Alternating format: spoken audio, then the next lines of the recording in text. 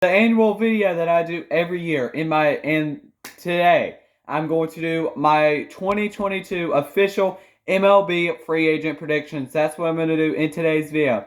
But before I get into this video, 85% of you that watch these videos are not even subscribed to the channel. So go ahead and get your life together and hit that subscribe button, turn notifications, and leave a like for great baseball content throughout the off season. We're starting off high in today's video with the free agent predictions. Now, we've got about 30 free agents on this list that we're going to go through and predict who they're going to sign with this offseason.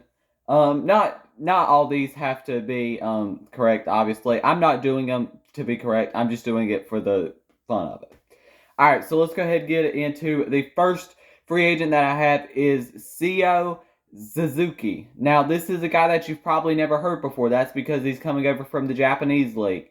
And he has absolutely dominated there, especially in 2021, where he posted 38 home runs, 88 RBIs, and a .319 batting average with Hiroshima this year.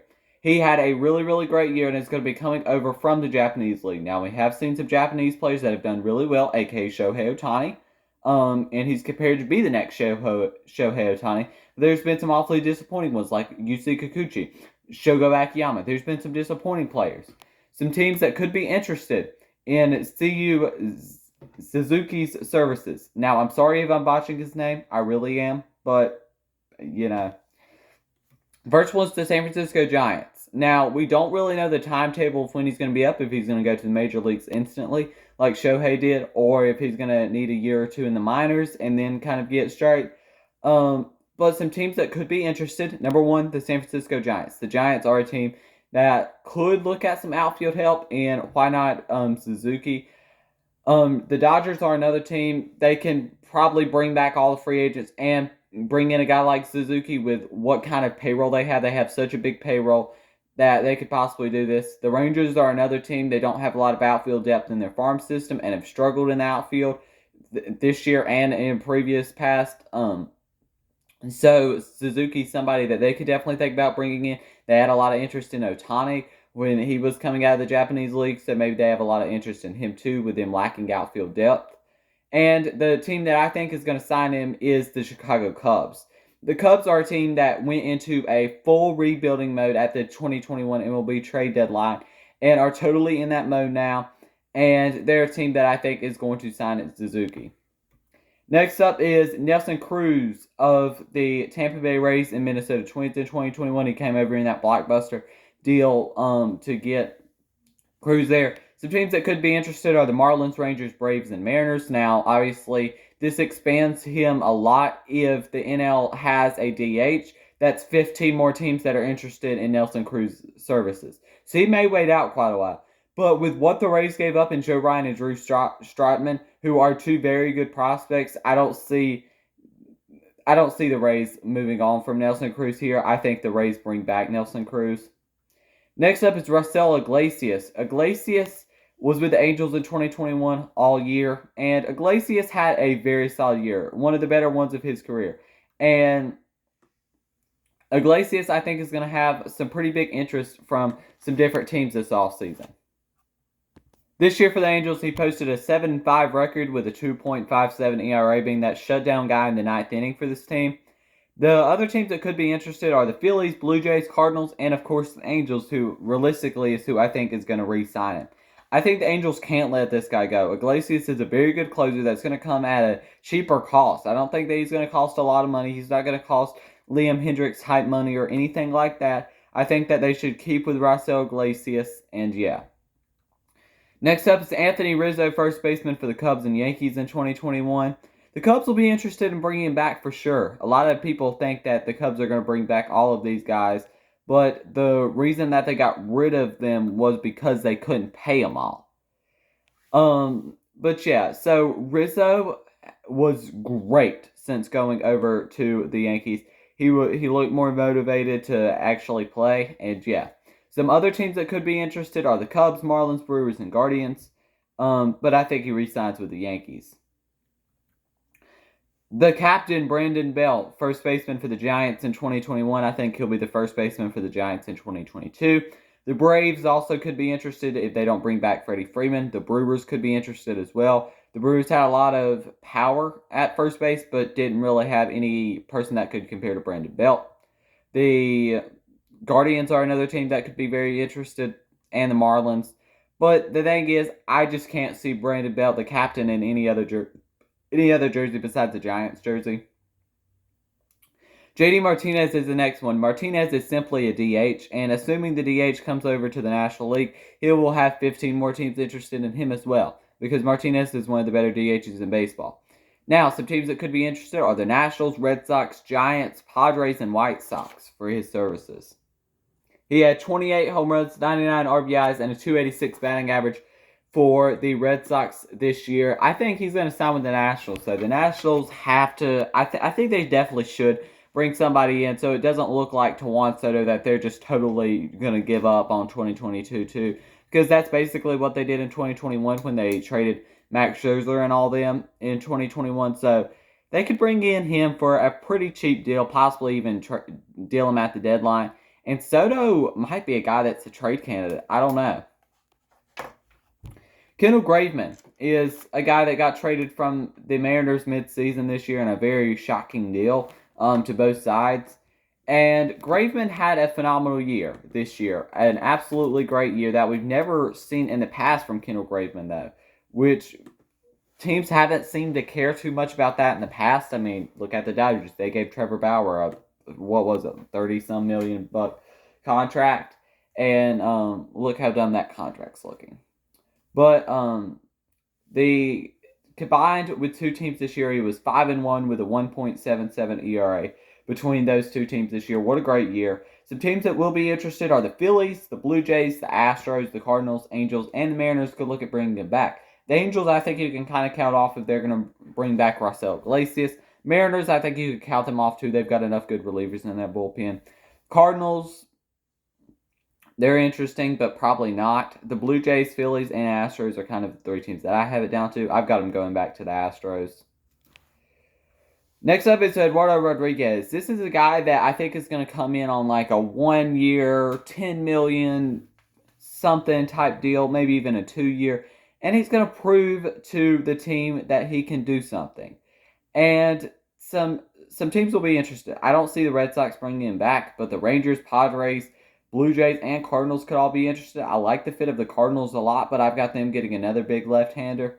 And I've got the Rangers signing Eduardo Rodriguez. I think they could sign him for a pretty cheap cost, maybe deal him at the deadline if it's just a 1 year deal or something. But I think that this would be a very good move for this Rangers team. A young team that kind of needs somebody as an ace in that rotation, but younger too that fits the timeline of this team. I think it would be a very good fit. Justin Verlander. Verlander is in an interesting spot for sure because Verlander is a guy that's 38 years old and for this contract, he's going to be trying to get, maybe he might accept a qualifying offer or something, but he's going to be looking to win he's going to be looking to win a World Series and then finish out his career. Some teams that will be interested, I think, are the Rangers, Dodgers, Angels, Blue Jays, Cardinals, Tigers, and the Astros will be interested in bringing him back. Now, if you're talking about realistic, what he would want as far as World Series, he would probably want to go like to the Dodgers. So saying the Dodgers don't bring back Max Scherzer, then he's an interesting guy at the back end of that rotation, and I've got him signing with the Los Angeles Dodgers. Next up, Jon Gray, a starting pitcher for the Rockies in 2021. And, of course, Jon Gray's stats are just a little bit off, you know what I mean? Like, they could be a lot better in a place where it's not Coors Field, obviously. One of the worst parks for pitchers possible. And, yeah.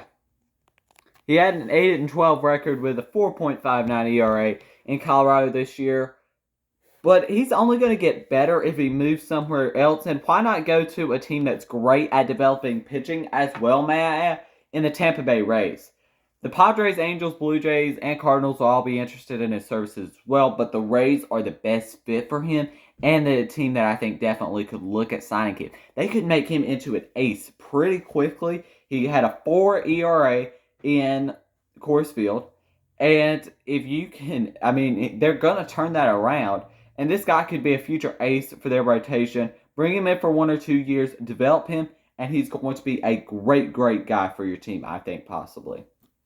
Next up's Michael Conforto. I really think he accepts the QO from the Mets. I just think after what a down season he had in 2021, it's not in his best interest to accept like a cheap 3-year deal because he knows what his worth is, and he's a good player. But the thing is, he didn't show that in 2021, and he's going to have to show that. So I think he's going to come back on the QO with the Mets. I mean, he's still getting paid a lot of money for that 1 year with the QO with the Mets. But 14 home runs this year, 55 RBIs, and a 232 batting average. Unlike life, as my phone falls in the floor. Alright, sorry about my phone falling into the floor there. But 14 home runs, 55 RBIs, and a 232 batting average. Unmichael Conforto-like for a guy that had a 322 batting average last year and was very, very productive for this Mets team. Not like him, and I think if you give him 1 year, he'll show and prove that he's a very good player. And I think he will get a bigger contract. The other teams that could be interested are the Cubs and White Sox. The White Sox could use him in right field for a team that struggled in right field, ranked towards the lowest in Major League Baseball in right field. Next up's Kyle Schwarber. He was an outfielder for the Red Sox and Nationals in 2021. I think he's heading over to San Diego to the Padres. The Twins, Rays, and Athletics will all be interested, but I think the Padres are a great, great fit for Schwarber. Schwarber is a left-handed bat. That's going to be at the top of their order, which they could definitely use because who knows what they're going to be getting out of Adam Frazier next year, who was terrible since going over to the Padres. And he has kind of expressed that he would like to go back to the Red Sox, but I don't think so. In 2021, this year, combined with two teams, 32 home runs, 71 RBIs, and a 266 batting average, with a 374 on base percentage and a 554 slugging percentage. Next up is Eduardo Escobar. I think he's headed back to the Brewers. I just can't see the Brewers making a big deadline splash like that, and they've got to bring this guy back. This guy was so good for both teams this year, and you've got to bring it back. They need offense badly, and it proved in the series versus the Braves in the playoffs. Proved badly that they needed help offensively. Eduardo Escobar is a good piece to bring back for sure, but I think there's a bigger piece that they're going to bring back bring to their team. He had a 253 batting average, 28 home runs, and 90 RBIs between the Diamondbacks and the Brewers this year, a 314 on base, and a 472 slugging percentage. Some other teams that could be interested are the Marlins, Cubs, Giants, Rangers, and Phillies. Next up's Nolan Aronado. He's already said that he's going to opt in with the Cardinals. I just wanted to mention him because if I left him off, a lot of people would be like, why'd you leave Nolan Aronado off? Well, he's going to opt in with the Cardinals. He's basically already said that. Next up's Corey Seeger, shortstop for the Dodgers in 2021. This is a big, big free agent name.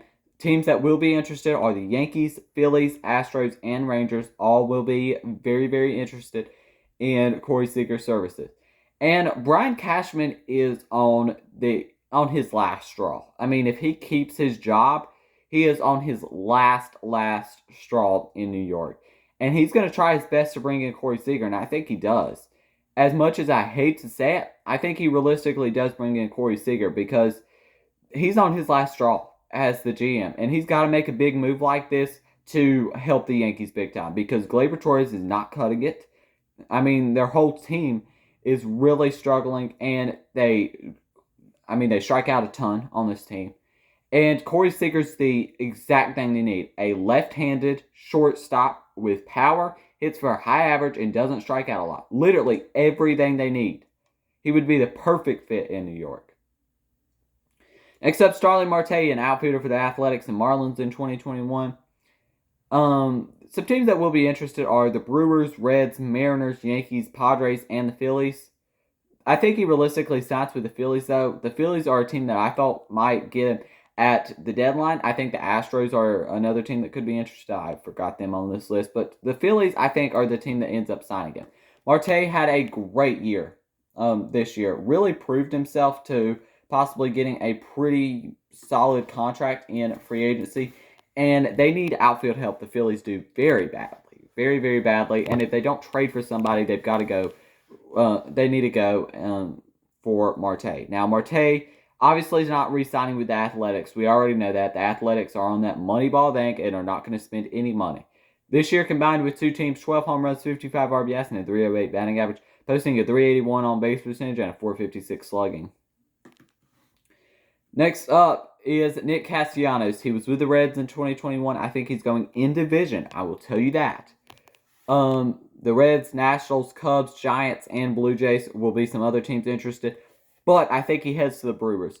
I said the Brewers were going to make another big move, and the Brewers need to. Castellanos is a guy that is exactly what they need. This guy could play DH, right field. Now, obviously, this means Avisail Garcia is not coming back this year, or next year. But still, Castellanos is a guy that would fit perfectly, and if he's a DH for this team, that would be great. A 309 batting average with 34 home runs and 100 RBIs, 362 on base percentage, and a 576 slugging percentage this year. A great year for the Reds this year. I think he heads in division to the Brewers. Clayton Kershaw. I'm sorry, but I can't see him in any other jersey than the Dodgers. The Rangers, Cubs, and Astros will be interested. There was some reports last year saying that maybe he would leave the Dodgers, but I just don't see him leaving the Dodgers simply. He had some injury problems this year, which kept him out for quite a bit of this year, actually. And so he didn't get to pitch in the playoffs at all. And yeah, so this year in the regular season, 10-8 with a 3.55 ERA has not shown any signs of slowing down yet. 14, or the next guy, is Marcus Simeon, a second baseman / shortstop for the Blue Jays in 2021. This team brought him in on like a 1-year, almost qualifying offer type deal, and boy did he perform for this team. The best second baseman in all of baseball this year, by far in my opinion. Simeon was so good for this team, and he has bought himself a big, big payday this offseason. This free agent market's stacked, and Simeon is a reason why it is so stacked, because teams are going to be very interested. They extended a qualifying offer, the Blue Jays did, to him. He's not going back on the QO. 45 home runs this year, 102 RBIs, a 265 batting average, 334 on base percentage, and a 538 slugging percentage. I mean, what a great year for Marcus Simeon. I think he's headed out west to the Seattle Mariners. The Blue Jays, Astros, Mets, and Giants will be some other teams interested. The Giants definitely, I think, will make a big push for him, but the Mariners, I think, is who are going to bring him in. The Mariners had a great year this year. A great, great year. And they are trending in the right direction to make the playoffs for the first time in 20-some years. Yes, this team has not made the playoffs in 20-some years, and they're trending in the right direction. One big bat like this, and this team could make the playoffs next year.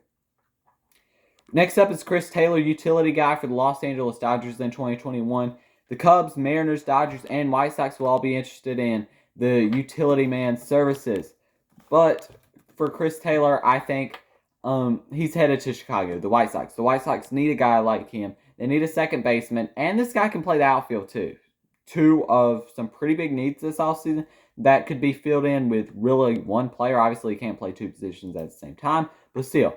20 home runs, 73 RBIs, and a 254 batting average. He made the All-Star team in 2021, playing on the bench most of the time. Like, he wasn't an everyday player. Kevin Gossman, he pitched for the Giants in 2021. He came back on the qualifying offer last year, and boy, did he have a great year. Gossman is deserving for the National League Cy Young this year for a Giants team that surprised everybody, winning 107 games this year. And Gossman is the guy that I think is going back to the Giants. He seems to love being in San Francisco, and I mean, who wouldn't? But Giants, Padres, Angels, Cardinals, Blue Jays all seem and appear as fits. There's a reason why he was drafted 4th overall by the Orioles back in 2012, and he's proving that. So in 2021, he was 14-6 with a 2.81 ERA. What a great year. And he's going to go back to the Giants, in my opinion. Next up is Chris Bryant. This is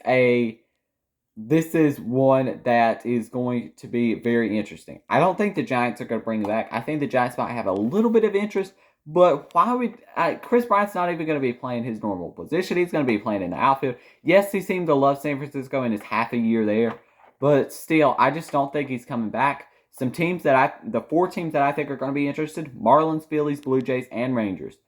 Blue Jays could definitely use a third baseman. Biggio has never really just showed up, and same thing goes for the Phillies. The Phillies, I mean, Bryce Harper and Chris Bryant are pretty good friends. So maybe they lure Chris Bryant there. They already made a big move getting Starling Marte, if my predictions go out right. And so for Chris Bryant, he this year between 2 teams had a 265 batting average with 25 home runs and 73 RBIs. A great year from Chris Bryant this year between the Cubs and the Giants.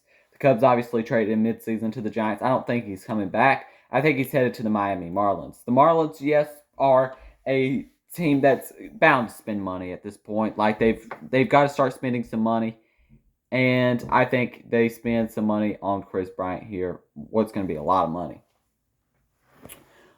Next up is we have Max Scherzer. Everybody's going to be interested in Max Scherzer. Pretty simple. Everybody's going to be interested in the services of Max Scherzer, and I mean, there's no reason why they wouldn't be. Scherzer had a great year, especially since coming over from the Dodgers. Had a 1 ERA basically since coming over from the Nationals, and yeah, I mean, a lot of teams are going to be interested. Just about every team realistically is going to be interested, but you know, there's only going to be so many teams. He's 37 years old. I think he gets 2 or 3 years. Maybe people are speculating almost $40 million a year, which is a little crazy. But 15-4 this year with a 2.46 ERA between 2 teams. And I think he's headed to Los Angeles again, just not for the Dodgers, to the Angels. I think he's going to the Angels. Mike Trout's really trying to lure them to get Max Scherzer services, and why not? It's a good fit. I don't totally agree with it, but I mean, yeah, it's a good move. A really good move. Next up is Trevor Story, shortstop for the Rockies in 2021. We know he's not coming back. We know that for sure. He's not coming back. So some teams that'll be interested are the Astros, Yankees, White Sox, Astros, and Rangers. All those teams will be interested, but I think he's going to the Rangers, going back to his hometown he's going back to his home state, town, whatever you want to call it, in Texas. And this is a guy that I think is going to be coming back. It's been some speculation that he's coming to the Rangers for a couple of years. And the Rangers are going to spend a lot of money this offseason. Or not a lot, but they're going to spend some money this offseason. It's time that they spend some money. And the pairing on the left side of Josh Young and Trevor Story is going to be really exciting for this team's future. And I like the idea of it a lot. Next up, Javi Baez, shortstop for the Mets and Cubs in 2021.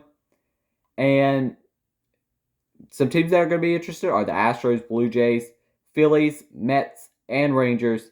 I think he's going to the Astros, so I think this is just a fit. And this obviously is telling you that Correa is not coming back. Baez is somebody that obviously does not replace all that Correa does for this team.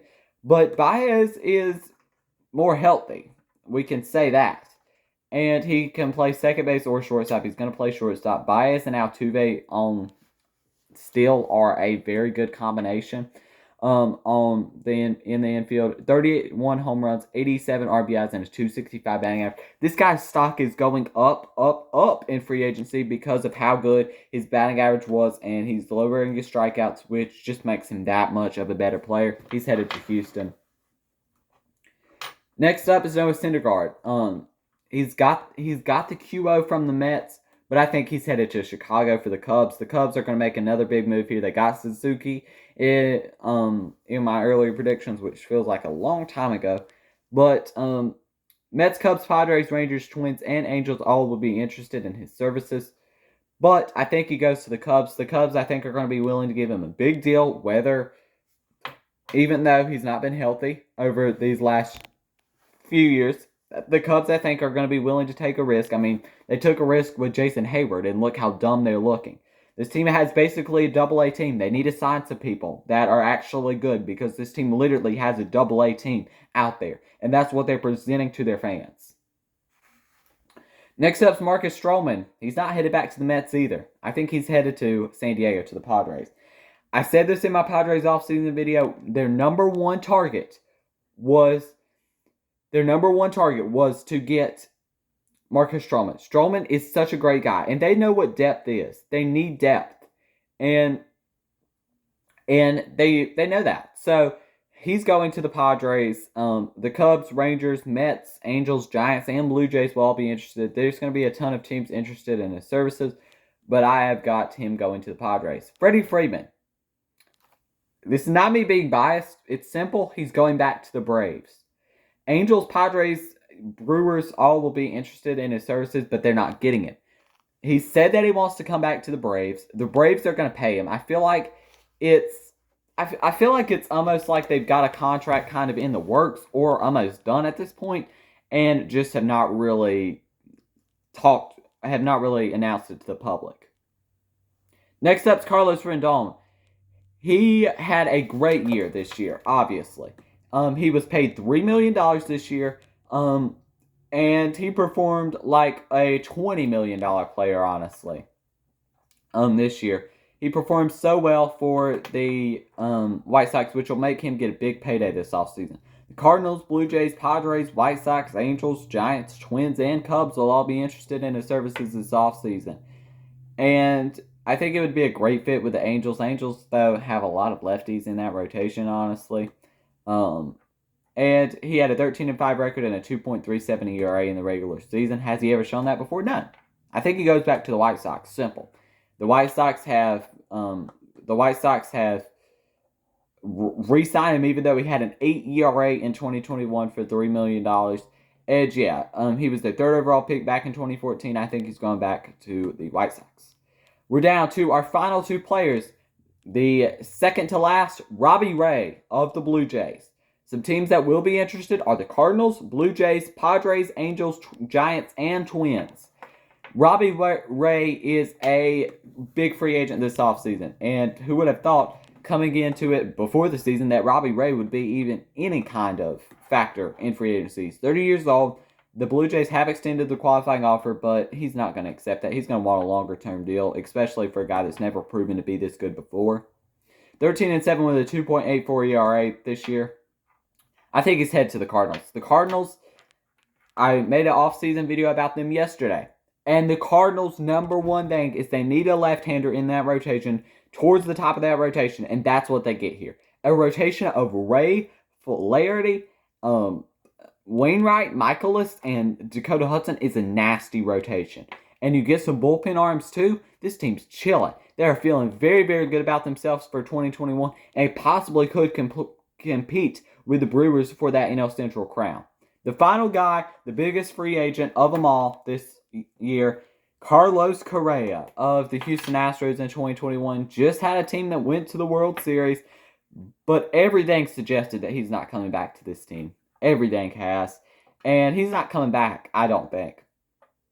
Some teams that will be interested in his services: Astros, Tigers, Phillies, Marlins, Mariners, Rangers, Angels, Giants. You want me to keep on naming names? Like, so many teams are going to be interested. Just about everybody, really, is going to be interested in Carlos Correa's services. And yes, you have the cheating scandal, but I think that's the exact reason why he wants to get out of Houston, is so he doesn't have that cheating scandal stuff around him anymore, and he can just go to a different team. And he'll still get booed for it, of course, but like, the Yankees obviously could be interested, but he would even get booed even if he was a Yankees player in there. Like, no. 26 home runs, 92 RBIs, and a 279 batting average in the regular season. I feel like this is kind of popular, but I think he's headed to Detroit, the Tigers. The Tigers are in such a great spot as a team right now. This team really has to be feeling good about themselves right now. After what great of a year they had for the team that they had in 2021, they had a very, very solid year. They don't have a shortstop in their farm system, really. That's great. They have a great ton of pitching, and him and Turkelson, and Riley Green and Akil Baddoo and Casey Mize and Tariq Skubal and Matt Manning and all those guys, Jackson Jobe, Ty Madden, all those guys for this Detroit Tigers future with a great manager and A.J. Hinch, one of the best in baseball. I mean, this team is feeling very, very good about themselves right now. Those are my 2021 or 2022 MLB free agent predictions. If you enjoyed this video, make sure you leave a like, subscribe to the channel, and turn notifications because, like I said, 92% or, geez, I can't speak, 85% of you that watch these videos are not subscribed. So go ahead and get your life together. Hit that subscribe button, turn notifications, and leave a like on this video. Subscribe, turn notifications, and leave a like. If you enjoyed this video, like I said, leave a like. And yeah, those are my 2022 MLB free agent predictions. Subscribe for more content throughout the offseason. Thank you for watching, and peace.